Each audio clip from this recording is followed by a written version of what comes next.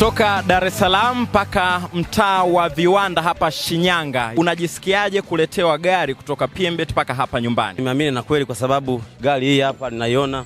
Kwa hiyo kinachoonekana mtandaoni sio ni uongo, ni kweli kabisa, watu tucheze. Mchezo gani pendwa sasa katika tovuti ya PMbet ambao umekupa huenda ushindi huu wa Toyota Harrier? Nacheza sana Viator. Wewe pia unaweza kuwa mshindi kupitia michezo ya kasino ya mtandao ya PMbet. Tovuti ni pmbet.co.tz.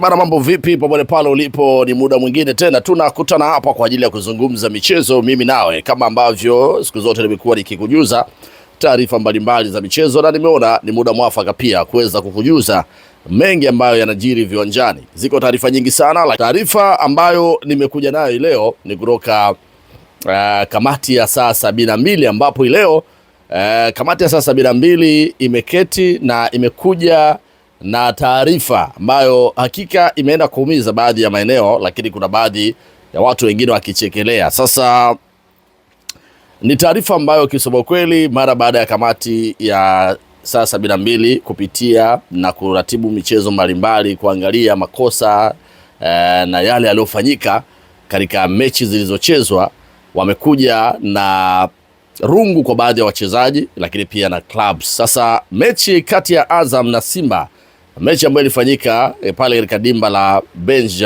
Benjamin Mkapa, Dar es Salaam, ilikuwa ni tarehe 7, kama unakumbuka. Hiyo mechi ilichezwa pale.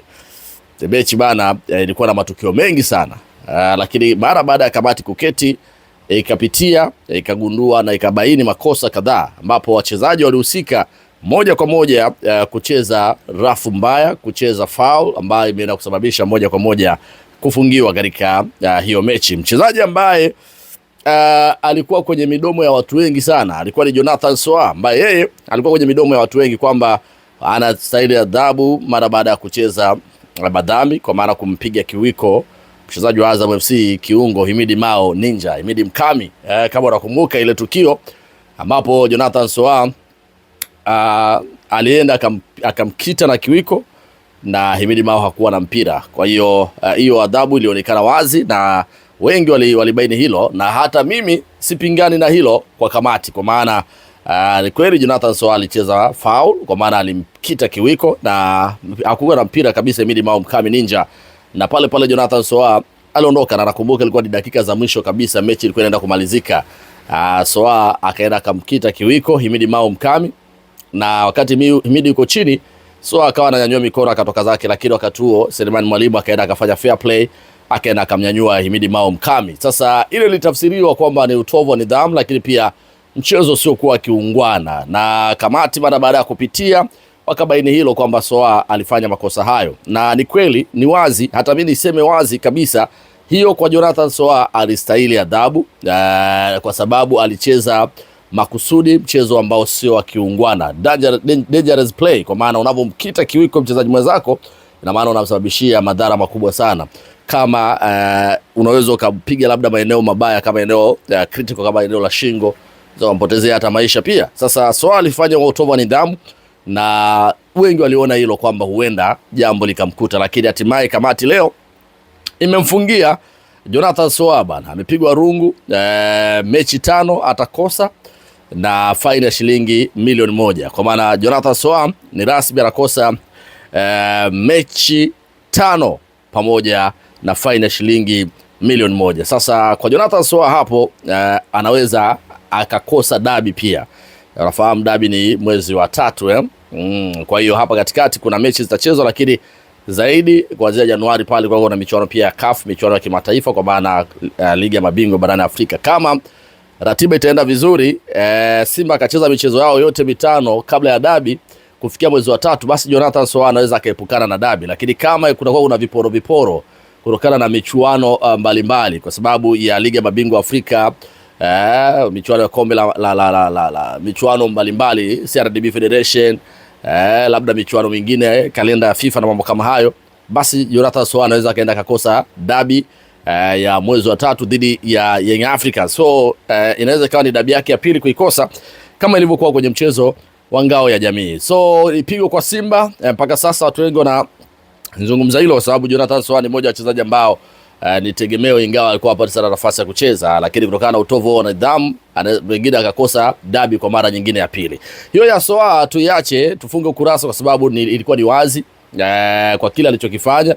Alikuwa anastahili wa adhabu na hatimaye kamati imempatia kile alichostahili. Alicheza foul mbaya, kumpiga mwenzako kiwiko pasipokuwa na mpira katika eneo lile, kusababishia madhara ambayo pengine yakamsababishia maumivu makali na akashindwa kucheza. Na unafahamu mpira ni ajira ya mchezaji, mpira ni shamba la mchezaji, anategemea miguu yake ili aweze kuhakikisha maisha yanaenda sawa sawa. Achana Jonathan Soa. Kilichowashangaza wengi na kilichonishangaza mimi ni kuhusiana na Alassane Maodo Kante. Kamati wamepepesa sana leo. Wamepepesa big time. Kamati wamepepesa big time. Kamati wamewanyonga Simba wazi wazi. Wachezaji wakubwa wawili wanafungiwa at the same game. Yaani mechi moja wachezaji wawili wanafungiwa kwa mpigo. Just imagine. Umewahi kuona wapi kitu kama hicho? Lakini hatukatai kwamba wakifanya makosa wanapaswa kufungiwa, haijalishi ni wangapi, hata kama ni 5, hata kama ni 6. Lakini tazama faulu ambayo alicheza Alassane Maodo Kante kwa Faisal Salum Feitoto. Je, alidhamiria? Damu ilichemka ama ilikuwaje? Ya Alassane Maodo Kante, to me, niko tayari kusimama na Simba kwamba wameonewa, kwa sababu wakati anaenda kumkaba Faisal Salum kwa nyuma, Faisal alidondoka. So wakati ananyanyua mguu wake amkwepe Faisal Salum, akawa amemgusa na miguu yake pale chini katika eneo la nyonga pale. Sasa hii inaonyesha nini? Kwamba hata Faisal pale alikuwa anatabasamu kwa maana hajaumia, sio? Alideserve kadi ya njano Alassane Maodo Kante, na kadi ya njano alipatiwa pale pale uwanjani. So kamati wamehadaika kwa maana wamesikiliza zaidi mashabiki wanazungumza nini, wamesikiliza zaidi wadau wa soka wanazungumza nini, wakabeba maoni ya wadau kuliko wao kufanya kazi yao na kufanya utafiti wao wa kutosha.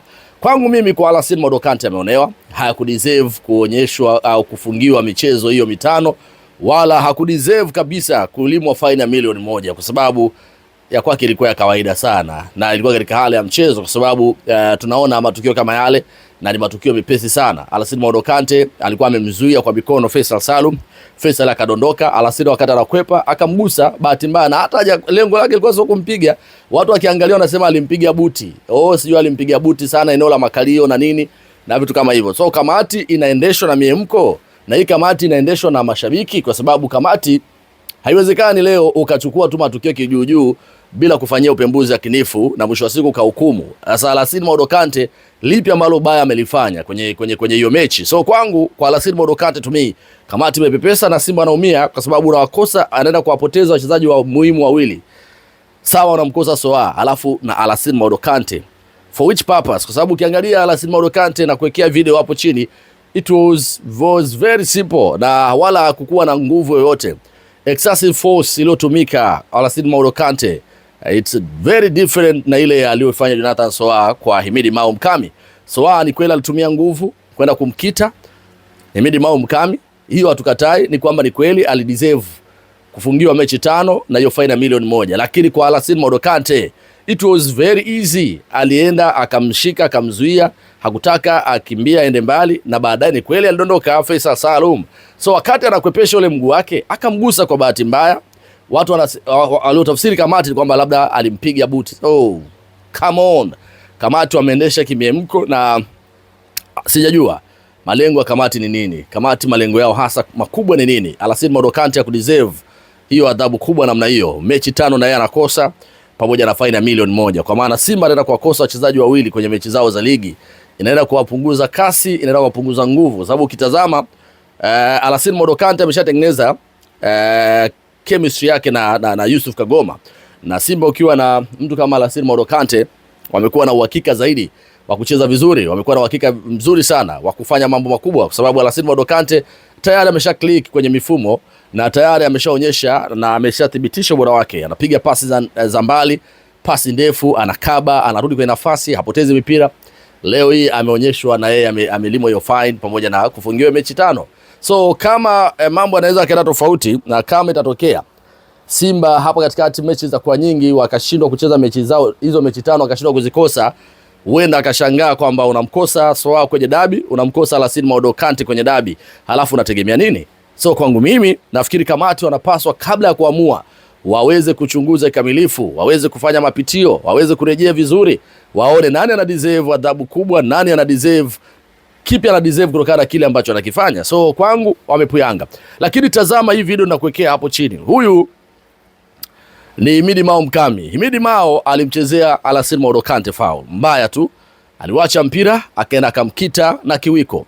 Sasa Himidi Mao Mkami pale, Alassane Maodo Kante hakuwa na mpira kabisa, lakini Alassane Maodo Kante anadondoka chini, refa anapeta, na wala Himidi Mao Mkami hajaonyeshwa hata kadi ya njano, lakini kamati imepepesa, imemwacha tu Himidi na haijamfungia, na amecheza madhambi mengi sana, foul nyingi sana. Hiyo ya Alassane Maodo Kante ilikuwa ni foul, it was critical, alimpiga wa kiwiko na wala mpira haukwepo katika eneo hilo. Wanasema eti nguvu aliyotumia, nguvu gani? Kwa sababu alimkita, unajua unapo kupush unatumia bega, na pale alitumia kiwiko. So Himidi Mao pia alipaswa naye pia apigwe ban ya mechi 5, lakini Himidi Mao ameachwa. Sasa inaanza kuleta mashaka. Simba wanapaswa kuwa makini sana na bodi ya ligi. Bodi ya ligi sasa hivi mwenyekiti wake ni Idris Nasoro aka Father. Idris Nasoro. Huyu mwamba ni rais wa klabu ya Azam FC ambaye sasa hivi ndio mwenyekiti wa bodi ya ligi kuu ya kandanda Tanzania bara, na ameanza tayari sasa kazi. Yanga walimkataa Mguto, akamkataa Almas Kasongo.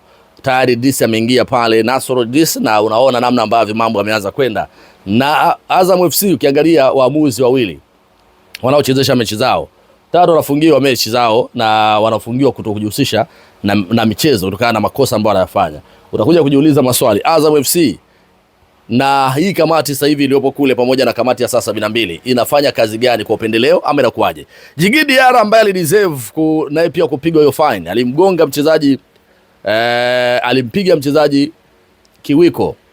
Kwa mechi inaendelea dhidi ya Fountain Gate, ile alimkita kwa mikono yake kabisa, alienda taka kumkita kiwiko, lakini ile Diarra haijachukuliwa na wala haijafanywa kazi. Lakini ya Simba imefanywa kazi. Wachezaji wawili wa maana kabisa wanafungiwa, wanakosa hizo mechi muhimu kabisa. Alafu ushindano utakuwa vipi? Kwa sababu tunaona kuna upendeleo tayari umeanza kutokea. Tayari upande wa Yanga upendeleo unaanza kuonekana. Hajafungiwa Diarra, lakini kwa upande wa Simba wamefungiwa wachezaji wawili. How come tena kwenye mechi moja? Young Africans wao wamepigwa fine ya milioni 5 mashabiki wao. Shabiki mmoja alionekana aliingia uwanjani kwenye mechi dhidi ya Coastal Union pale Dodoma, na aliingia uwanjani katika eneo la goli, akawa kama kuna kitu anachimba, anafukia au anafukua. Sasa amelimwa faini shilingi milioni 5 mashabiki wa Yanga kutokana na kitendo ambacho kilifanyika. So adhabu hii wamezingatia kanuni zao ambazo wameziweka hapo, lakini ni double standard. Yani sijaona Alassane Maodo Kante kosa kubwa alilofanya hadi kuweza kufungiwa. So to me, Simba they have to be very very much careful. Kamati iliyopo pale, lakini pia hata TFF kwa sasa namna ambavyo inawafavor Yanga kuliko wao. Ni ngumu sana Simba kuweza kucompete na kudominate au kuweza kwenda kurejea kwenye mataji au kuchukua ubingwa wenyewe kama mwendo utakuwa huu wa namna ambavyo matukio ya Simba yanaratibiwa very critical, tofauti na matukio ya timu zingine. Hii ni kuwatoa kwenye reli na kuharibu kabisa kwenye motisha na morale ambao alianza nayo kwenye ligi, pengine kutaka ubingwa na kurejesha mataji. Kwa Alassane Maodo Kante nitakataa hakudeserve kuweza kufungiwa hiyo mechi 5. So to me well and good, sijaona makosa, ila kwa Alassane Maodo Kante hivyo. Lakini kwa Himidi Mao Mkami pia alideserve kupigwa na ban kwa sababu alifanya makosa yale ambayo alifanya Jonathan Soa. Endelea kusubscribe, salama kengele, nyeupe nyeusi. Kutoka Dar es Salaam mpaka mtaa wa Viwanda hapa Shinyanga, unajisikiaje kuletewa gari kutoka PMbet mpaka hapa nyumbani? Nimeamini na kweli, kwa sababu gari hii hapa ninaiona. Kwa hiyo kinachoonekana mtandaoni sio ni uongo, ni kweli kabisa, watu tucheze. Mchezo gani pendwa sasa katika tovuti ya PMbet ambao umekupa huenda ushindi huu wa Toyota Harrier? Na nacheza sana Viator. Wewe pia unaweza kuwa mshindi kupitia michezo ya kasino ya mtandao ya PMbet. Tovuti ni pmbet.co.tz.